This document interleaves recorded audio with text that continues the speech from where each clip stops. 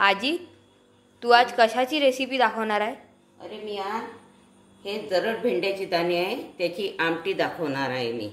त्यासाठी साहित्य घेतले हे जरड भेंड्याचे दाणे, कोथिंबीर, बारीक चिरलेला कांदा, बारीक चिरलेला टमाटर, आलं लसूण पेस्ट, फोडणीला जिरं आणि हे तीळ भाजून घेतलेले आहे. तीळ लागते, हे थोडे शेंगदाणे भाजलेले आहे, याला बारीक करून घ्यायचे.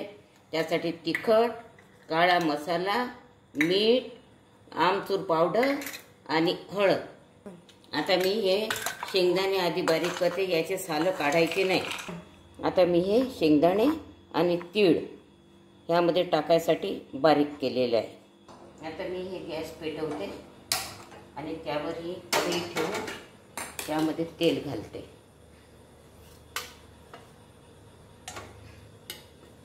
थोडं तेल ह्या भाजीला जास्तच पाहिजे आमटीला. तेल गरम झालेलं आहे. आता जिरं घालते. त्यामध्ये आता बारीक चिरलेला कांदा घालते. दाखवत जाता. आता हे आलं लसूण पेस्ट घालून घेते. शिजवताना दाखवावं लागेल ना तुला. आता हे कांदे छान गुलाबी झालेले आहे. आता त्यामध्ये मी हे तिखट घालते, हळद, आमचूर पावडर टाकून घेते, टमाटर टाकते.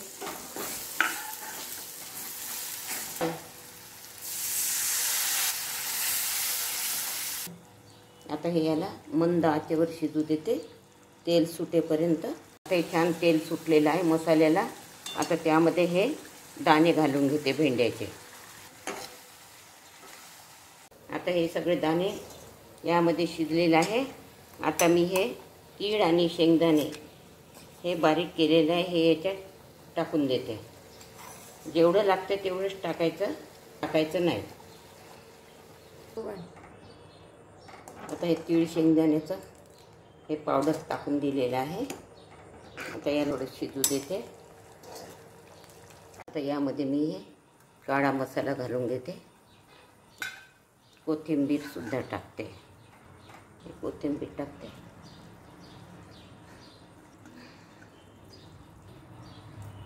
भेंडीच्या दाण्याची आमटी तयार झालेली आहे.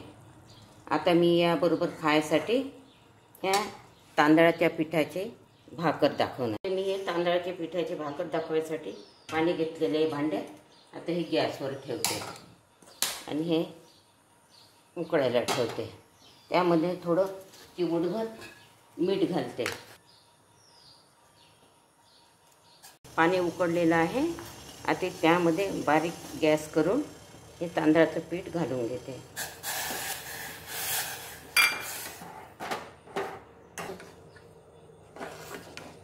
आता हे यामध्ये मिक्स करून घेते पाण्यामध्ये. गॅस बंद करते आणि हे पीठ झाकून घेते. म्हणजे 5 मिनिट झाकून ठेवते. छान शिजत. आता हे पीठ उकळून झालेलं आहे. 5 मिनिट याला रेस्ट करायला ठेवलं झाकून. आता मी या परातीत काढून घेते.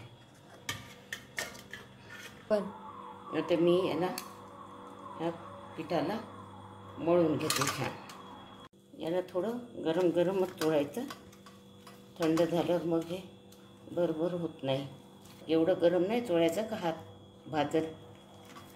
आता मी हे गॅस पेटवून तावा ठेवून देते भाकरी करायसाठी. आता हे मी पोळपाटावर लाटून घेते. ते याला पोळपाटावर पोळ्यासारखेच लाटते.